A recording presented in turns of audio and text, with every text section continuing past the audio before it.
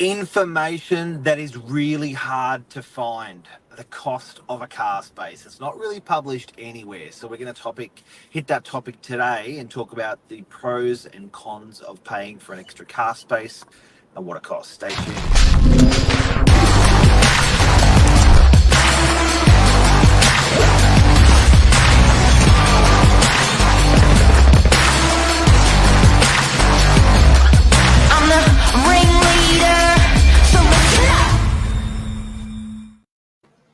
Well, good morning. What's up? Not a whole lot. Living the dream here in the Novat green room. In the green room that doesn't even look green. No, it does not. How are you enjoying the green? Morning? How are you enjoying that green room, by the way? I think it's fantastic. It's your own cozy little pocket of technology and green. It just needs air conditioning. That's very true. It is very warm in here. So, Xanth, you brought this topic up today. You saw a car space for sale or sold in Bondi. Tell us more. No. So, typical Tuesday night, I'm on my phone researching a topic to talk about on a Wednesday morning, and I came across this article that had flagged a North Bondi homeowner had knocked back an offer of $1 million for a tiny lock-up garage. Has the world actually gone mad? $1 million for a car space.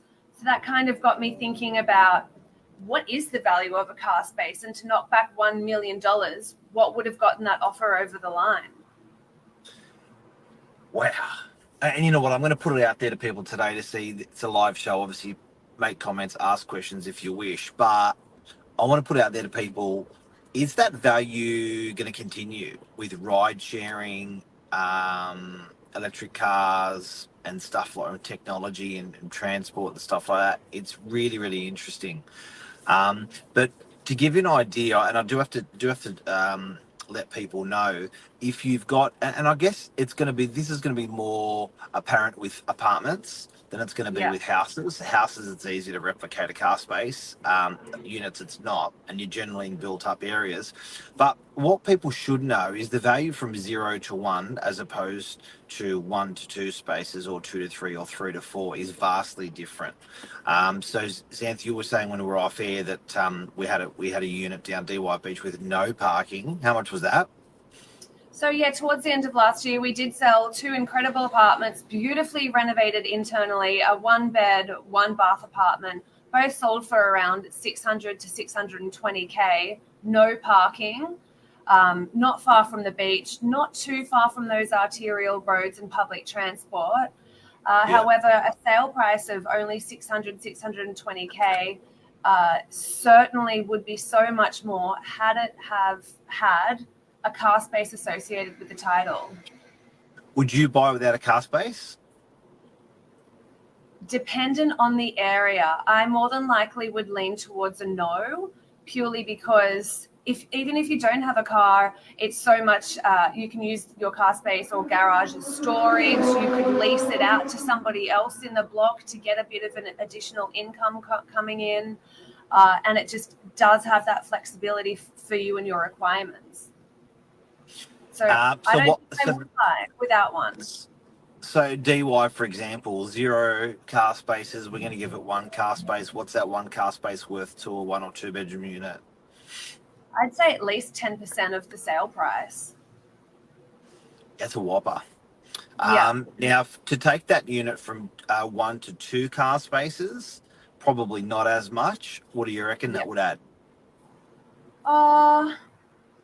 Maybe another 5%. I wouldn't double that and say another 10% on top. Yeah, but around that 5% mark. All right. And now, guys, if we're moving around Sydney, for people that are watching, if you're moving around Sydney, that's probably like a medium. It's a built-up area. It is dependent on the parking availability in the street in that area. So if it's a really hard area to park and it's a big distance to walk, then it's going to be more valuable. But if there's parking's readily available, it's not going to be as expensive. Now, Sydney CBD is interesting. Car spaces, to buy a car space in Sydney CBD is about 130 to 150 grand. I know because my accountant bought a few in his superannuation. That's just a car space, not a garage. So a garage fully enclosed with its own door, car space, just whack your car in there. You can't store. But in Sydney 130K CBD, for a car yeah, space. yeah, Sydney CBD. Yes, there are buildings in Sydney CBD that have achieved some luxury residential that have achieved $1 million for a car space. Um, Wowzers. which is there, and a Wilson car park. When you just want to whack your car in there for a month, Yep. you will be paying per week about 150 to 200 a week for that car space in the CBD. These are high value. And you know what, you actually, it's really hard information to find if you're actually looking, if you're thinking, oh, that's what I want, and I want an extra car space, or what's the day if I don't get that car space. Here it is today for everyone.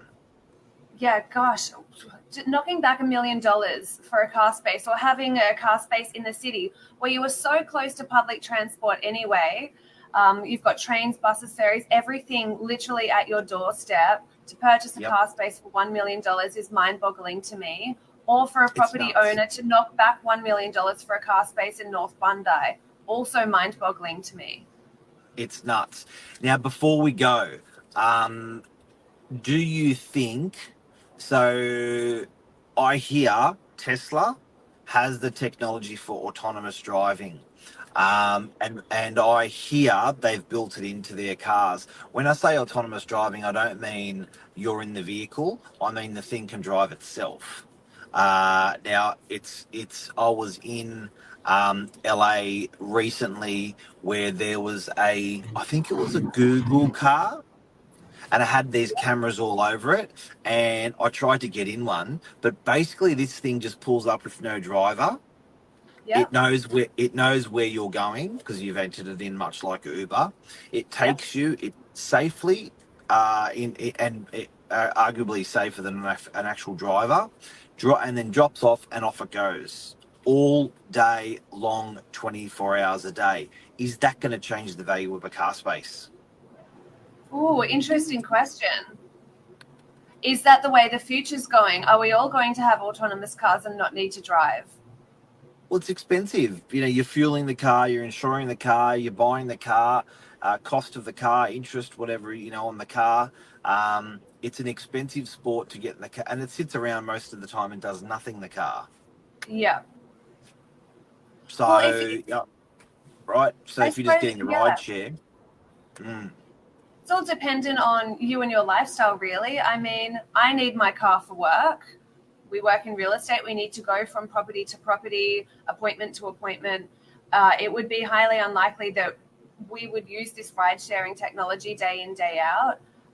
If, however, I worked in the city, I lived close to public transport, and it would just be a matter of catching the bus into the city and my car just sits there day in, day out doing nothing, then potentially the ride-sharing would be the route for me, or these Google autonomous cars. Or there's the go-get vehicles that sit outside that people share.